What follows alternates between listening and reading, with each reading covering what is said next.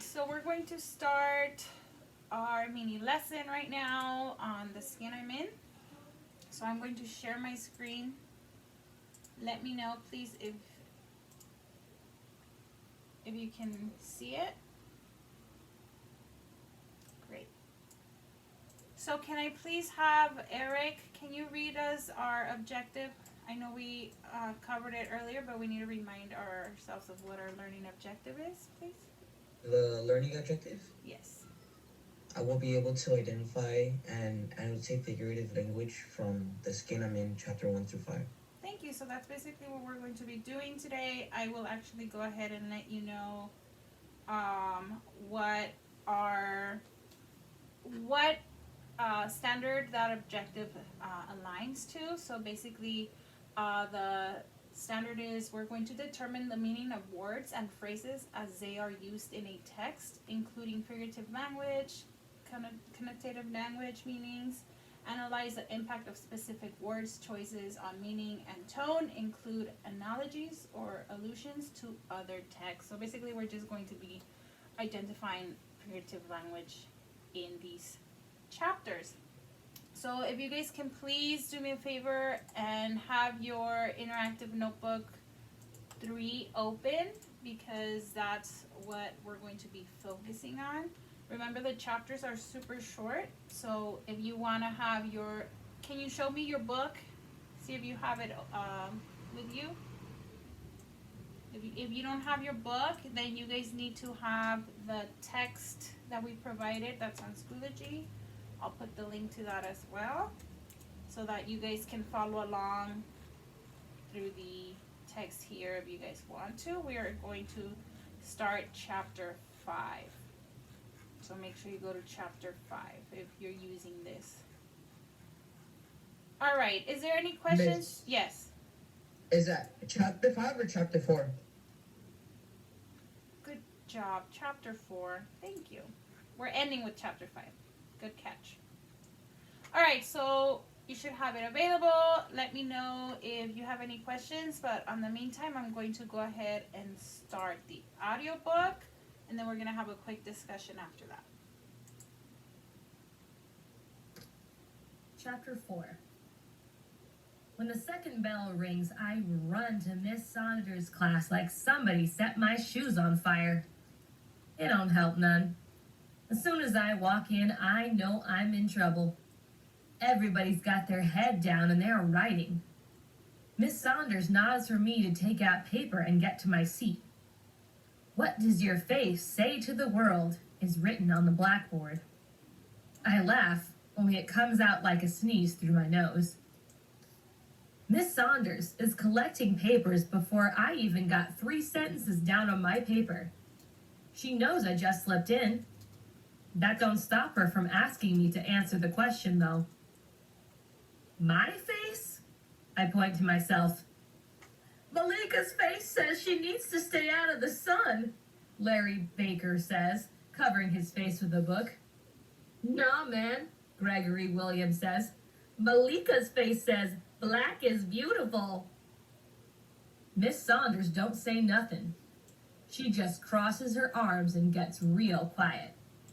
She don't care if she done embarrass me again. "Malika," she says. I don't answer her question or look her way. I eye the ceiling and count the blobs of gum hanging there like pretty colored snot. "Can anybody else tell me what their face says to the world?" Miss Saunders asks. Her gold bangles jingle while she makes her way around the room. Miss Saunders is as quiet as a tiger sneaking up on its supper. It's them Italian leather shoes of hers, I guess. Malcolm Moore raises his hand. Malcolm is fine. He's got long, straight hair, skin the color of a butterscotch milkshake, gray, sad eyes. He's half and half, got a white dad and a black mama. He's lucky. He looks more like his dad than his mom. "My face says I'm all that," Malcolm says, rubbing them 6 chin hairs he calls a beard. "It says to the homies, I'm the doctor of love. I'm good to ya and good for ya. Everybody laughs. Faith, his girlfriend of the week, throws a pencil across the room. It bounces off the back of his chair and lands between his big feet. Miss Saunders gives Faith the eye, letting her know to cut it out. When the laughing's done, hands go up. Some folks say funny stuff about their face. Others is real serious, like John John. He says his face tells the world he don't take no stuff, that people better respect him, or else. I ain't never seen anything like that in John John's face. He looks more scared than mean. I guess there's no accounting for what folks see in their own mirrors.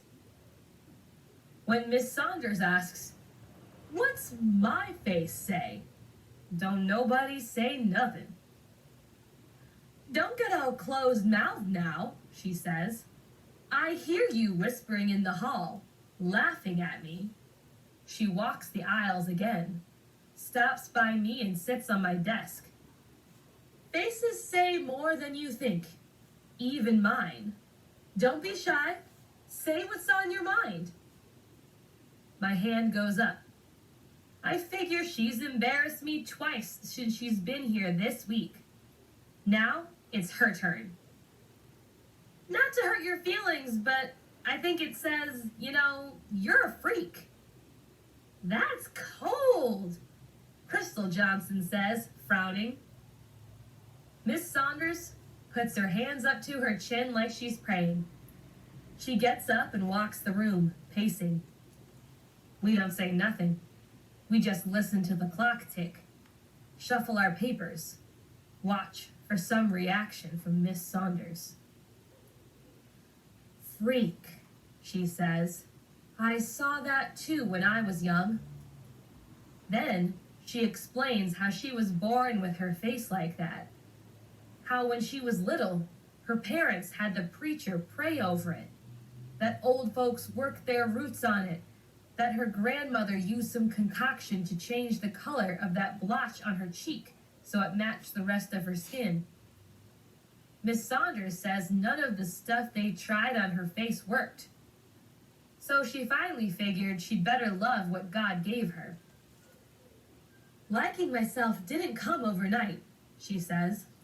"I took a lot of wrong turns to find out who I really was. You will too." Everybody starts talking at once, asking her questions. Miss Saunders answers them all. Some kids even go up to her face and stare and point. She lets them do it too, like she's proud of her face or something. Then Miss Saunders comes over to my desk and stares down at me. "It takes a long time to accept yourself for who you are, to see the poetry in your walk," she says, shaking her hips like she's doing some African dance. Kids bust out laughing. "To look in the mirror and like what you see, even when it doesn't look like anybody else's idea of beauty." For a minute, it seems like Miss Saunders is getting all spacey on us, like her mind is somewhere else. Then she's back, talking that talk. "So what's my face say to the world?" she asks. "My face says I'm smart, sassy, sexy, self-confident," she says, snapping her fingers rapid fire. "It says I'm caring and yes, even a little cold sometimes. See these laugh lines?"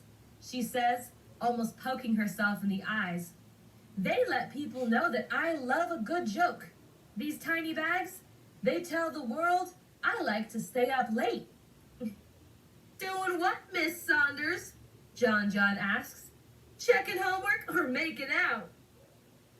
Miss Saunders throws her head back and laughs. The lines around her eyes crinkle. The bangles on her arm jingle. "What do I think my face says to the world? I think it says I'm all that," she says, snapping her fingers. Kids clap like they just seen a good movie, and they yell stuff like, "Go on, Miss Saunders! Give me 5! is. Miss Saunders quiets everybody down, then starts telling us more about herself.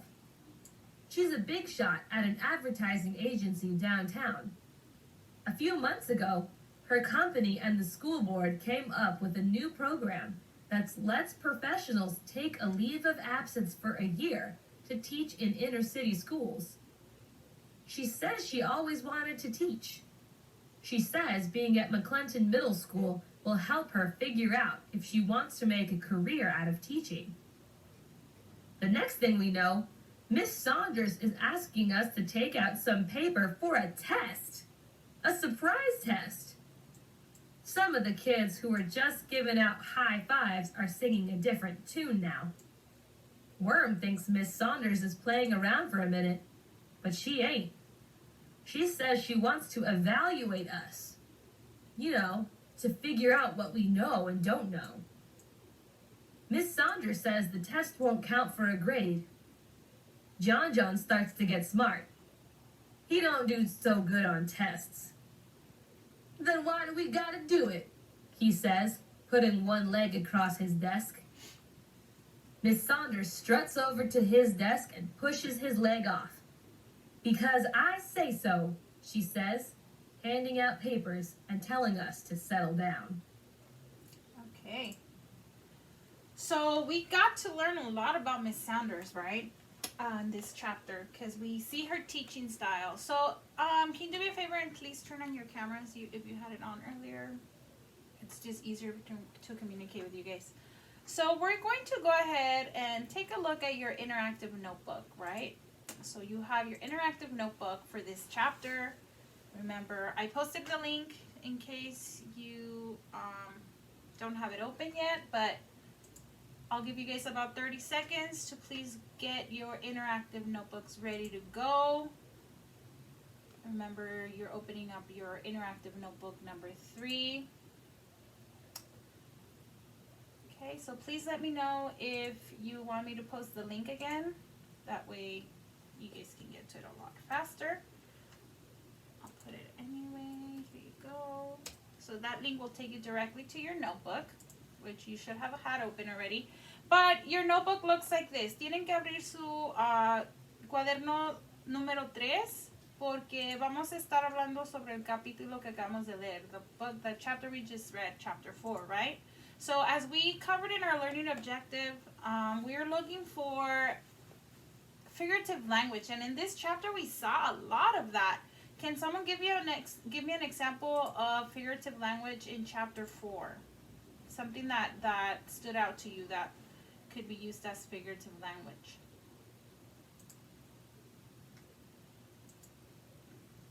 Well, the one thing that actually stood out to me was that how can I say it? Miss Sanders stood up for Malika, right?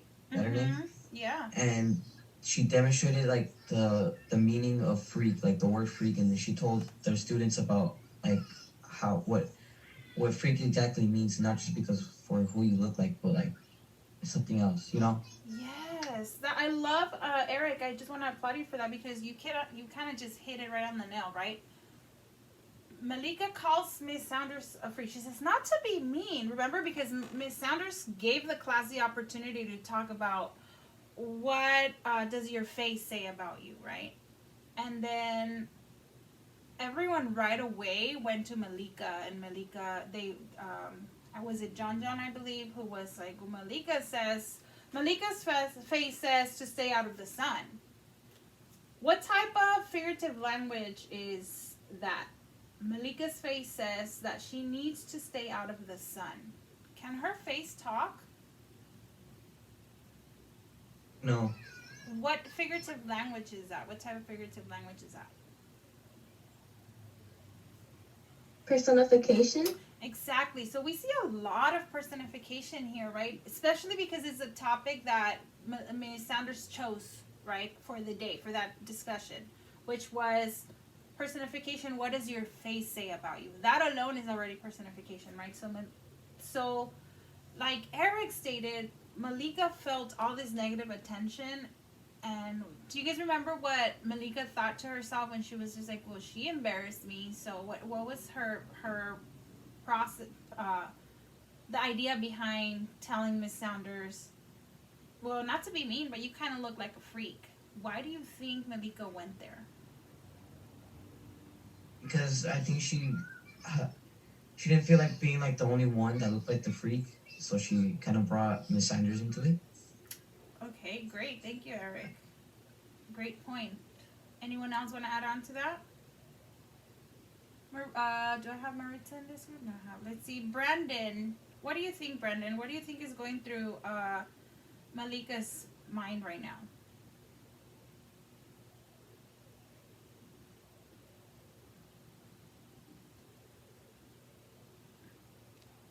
Can you hear me, Brandon?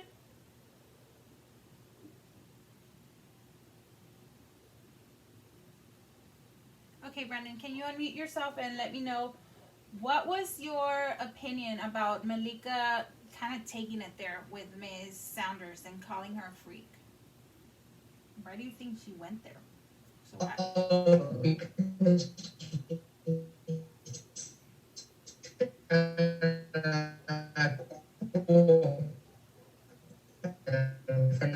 Because her like one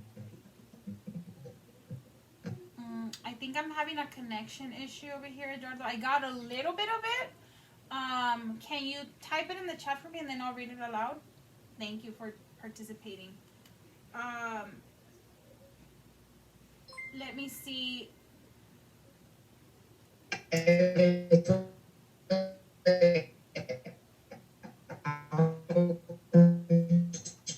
Yeah, I'm not sure if it's my connection. Like where do we write this down? On the chat, you can let me know. But Eduardo, you said she's kind of trying to fit in and act cool with the rest of the classmates that at first had that negative attention towards her. Okay, I see that. I totally see that. So coming back to figurative language, when Malika says that kind of hurtful comment to Miss Saunders, not to be mean, but you're kind of like a freak. What type of figurative language is that? You're like a freak. Simile. Thank you. And why is that a simile? Because it's comparing two things with like or as. Exactly. Perfect way to put that. Perfect way to summarize that. So, what side of Miss Saunders did we see? Because at first, she kind of went there with the students, right? She was like, "Well, what does my face say?" And how did the class react? Did they tell her exactly how they felt? Like right away? Jasmine says no. No, they didn't, right? They were kind of like taken back and like, is she for real? She's really giving us the opportunity to be honest with her? And she really did, right? She was just like, come on, I hear you in the hallways. So she was kind of like very straightforward with them, and it sounds like the students were taken aback and were like have never really seen that from a teacher. At the end of the conversation, like she was super honest with them, right? At the end of that conversation with her students, do you guys think that the students' perspective of her changed from the beginning to the end of that conversation? Yeah, I did. Thank you, Jasmine.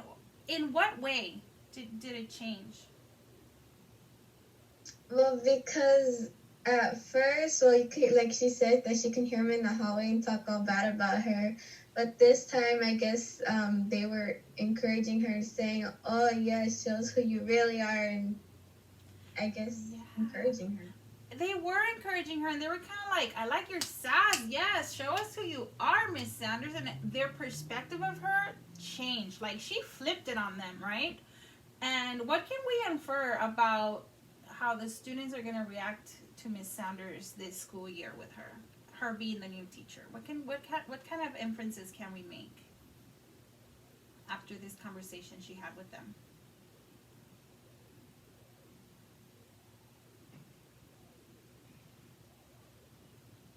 If you want to type it on the chat, please go ahead and do that.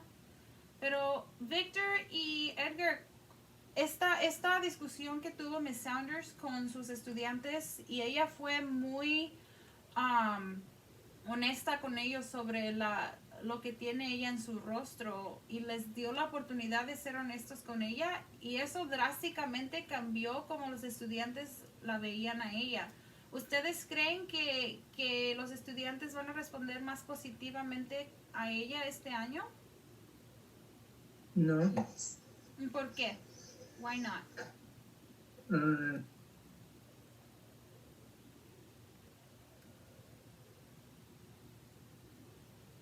So what do you think? What type of inferences can we make about the students' relationship with Miss Saunders for this school year?